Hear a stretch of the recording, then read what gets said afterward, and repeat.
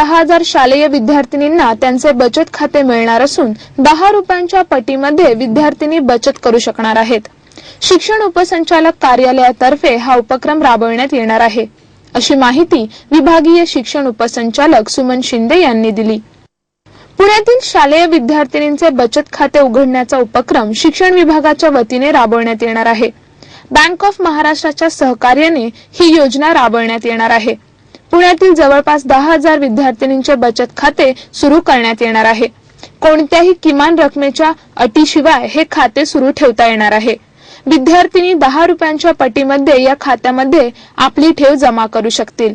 3 जानेवारीला होणाऱ्या किशोरी हितगुज मेळाव्यामध्ये प्रतिनिधिक स्वरूपात विद्यार्थिनींना खाते पुस्तकाचे वाटप करण्यात येणार आहे। विद्यार्थिनींना बचतीची सवय लागावी, आर्थिक साक्षरता यावी आणि बँकेचे व्यवहार कळावे यासाठी हा उपक्रम सुरू करण्यात आला आहे।